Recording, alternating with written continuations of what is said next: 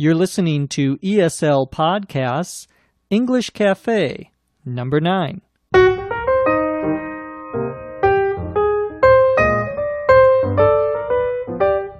You're listening to the English Cafe. I'm your host, Dr. Jeff McQuillan, coming to you from the Center for Educational Development in beautiful Los Angeles, California. As always, we thank Dr. Lucy Say for her help on the podcast and her contributions. On today's podcast, we're going to talk a little bit about the school system in the United States. We'll also be talking about the Sundance Film Festival, and we'll be answering several questions that you have emailed me. Now let's get started. Well, I'm recording this podcast on Sunday here in Los Angeles, and Sunday is, of course, many of you know, the 29th of January is the New Year, what we would call the Lunar New Year, L-U-N-A-R. The lunar refers to the moon, and today is a new moon. When you can't see the moon at all, we call that a new, N-E-W, moon. And most importantly, it is a day in which many people, particularly in Asia, celebrate the New Year's. And this is a very popular celebration in many countries. China, of course, the Chinese New Year, and there are lots of celebrations. So Happy New Year. I also wanted to talk a little bit about some email. I had gotten some questions about the difference between British English and American English. And I'm not an expert. I'm not very knowledgeable about the differences. But there is another podcast for those of you who are interested in British English versus American English. There's a podcast called the Bob and Rob Show. And this podcast is very good. It's faster. They talk faster than I talk here. So you need to be a little more advanced to understand their podcast. But they often talk about English and British British and American English. And you can find them at English Caster, that's English, C-A-S-T-E-R, all one word, englishcaster.com, and you can look for the Bob and Rob Show. And if you do listen to them, be sure to tell them you heard about their show here on the English Cafe. Well, I said I was going to talk a little bit about the Sundance Film Festival. I talked last week about how this film or movie event is one of the most famous in the United States. It's not as famous as Cannes, the film festival in France, but many Americans know about this film festival. And the film or movie that won the number one prize, the top prize, was called Quinceañera. Now, quinceañera is a Spanish word, and it refers to 15. And it is the celebration that particularly in Mexico and in other parts of Latin America, the quinceañera is a party that a girl has when she becomes 15 years old. And this particular movie is about Latinos, that is, those people who are from Latin America, Mexico, Central America, South America. It's about some teenagers living here in Los Angeles. And it was voted the number one movie. I haven't seen it, but I plan to. The Quinceañera festival is very popular among families here in Los Angeles who are Mexican American, who are their parents originally from Mexico. In English, in the United States, there used to be a very popular party but for girls, but not at 15, but at 16. And these were sometimes called Sweet 16, Sweet, S-W-E-E-T, 16 parties. They were mostly for for richer families, for more wealthy families with more money, would sometimes have a big party for a girl in the family who was turning 16. But in Mexico and other parts of Latin America, it's 15. There was an article in the Los Angeles paper this morning about high school, and in particular about high school dropouts. A dropout, D-R-O-P-O-U-T-S. A dropout is someone who goes to school but doesn't complete the school, doesn't finish the school. And after reading this story, I thought it might be a good idea to talk a little bit about the school system here in the United States. We have a public school system that the government pays for, the state and local government pays for mostly. And this is a free school system. Anyone can go to a public school. There's also many private schools, and these schools charge tuition. Tuition, T-U-I-T-I-O-N, is money that you pay to go to a school. Well, these private schools are run by different organizations.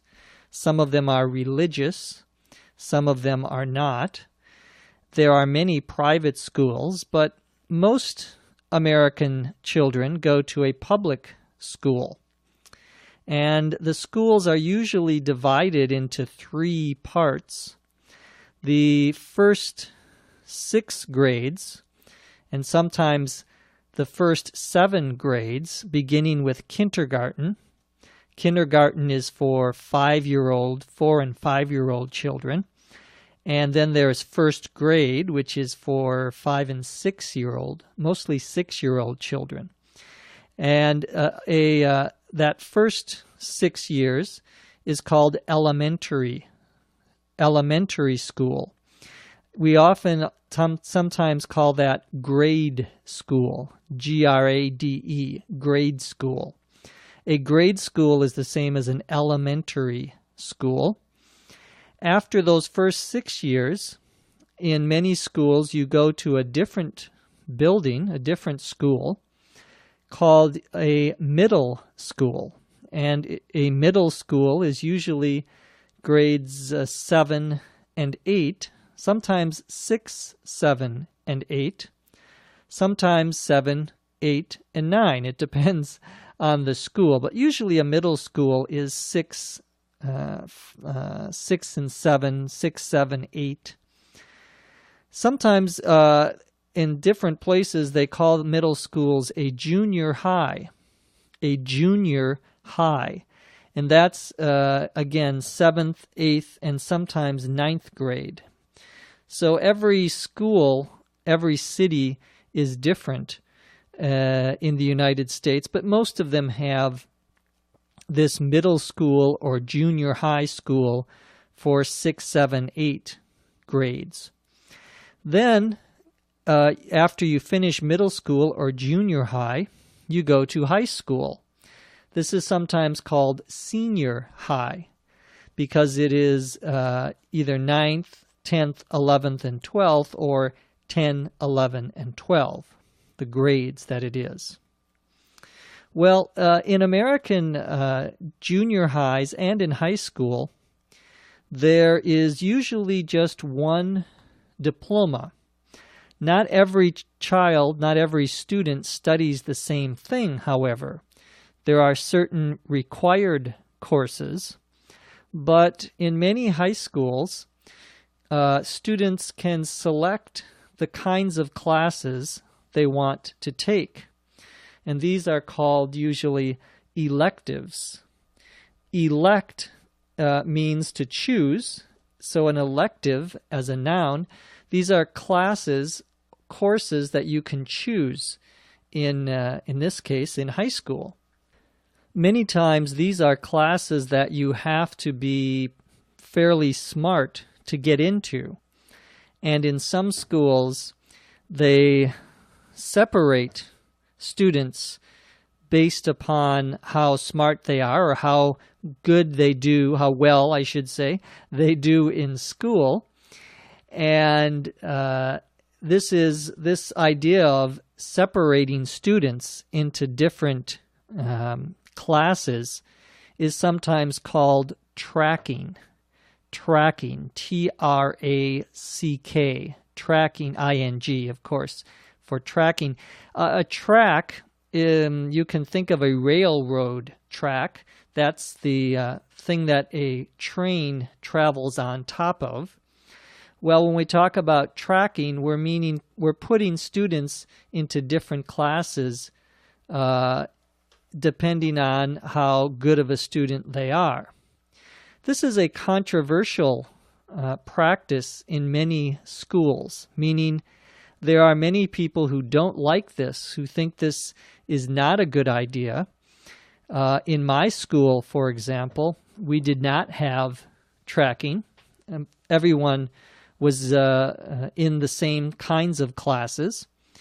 And so there's a lot of debate over whether students should be tracked at the high school level. Now let's take a few questions. And we had several questions from you who are listening. One of them comes from Hani, H-A-N-Y, from Egypt. And Hani asks, what's the difference between the word effect, E-F-F-E-C-T, and affect, A-F-F-E-C-T? Good question. Well, effect, E-F-F-E-C-T, is a noun, and that refers to the result of something.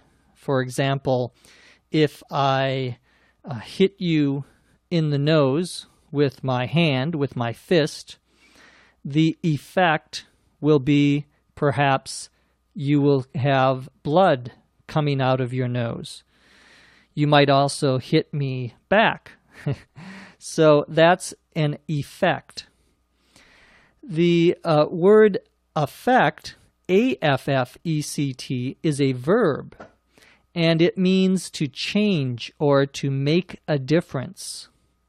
The news affected me, meaning it changed me. It made a difference for me. Now, it's actually technically possible to use A-F-F-E-C-T as a noun also. It's pronounced differently when it is a noun.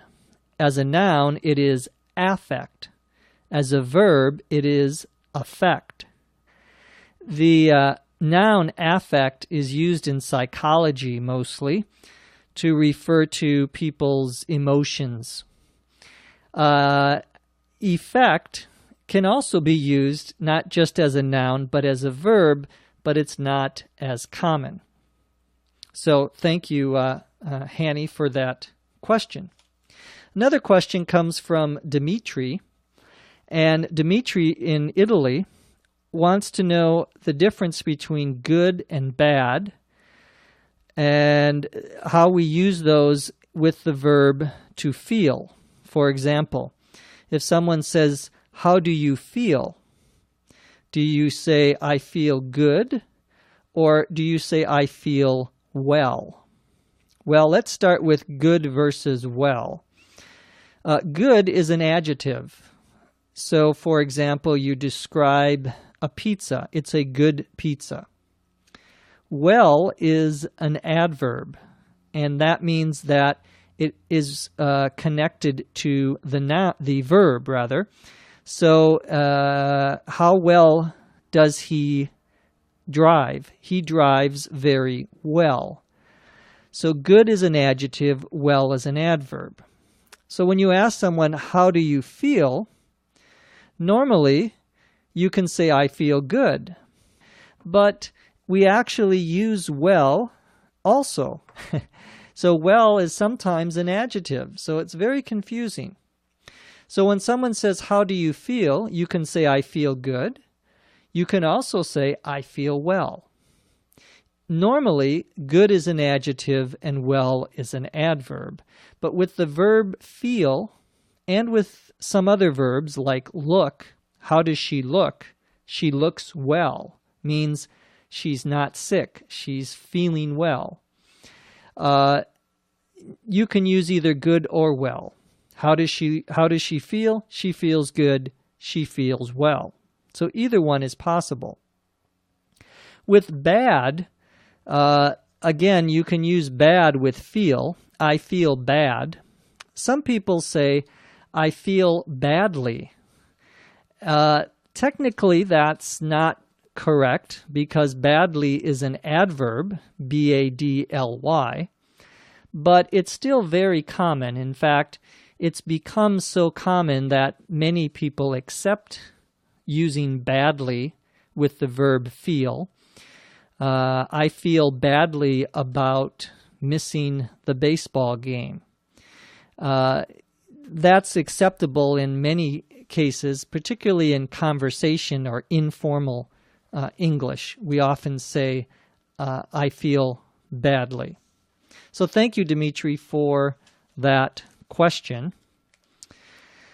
Finally, we have a question from Arthur from Brazil. And Arthur wants to know the difference between maybe and perhaps. Well, really, there isn't any important difference between maybe and perhaps. Maybe I will go to the store. Perhaps I will go to the store. Both of those mean the same thing.